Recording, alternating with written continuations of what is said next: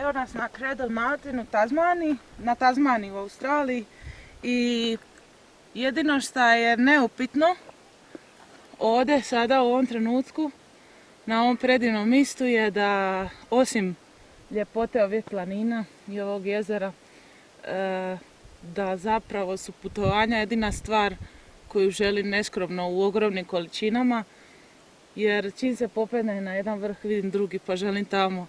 pa onda vidim treći pa želim tamo i tako to ide stalno u krugu, nekom začaranom krugu u kojem se nalazim i nikako iz njega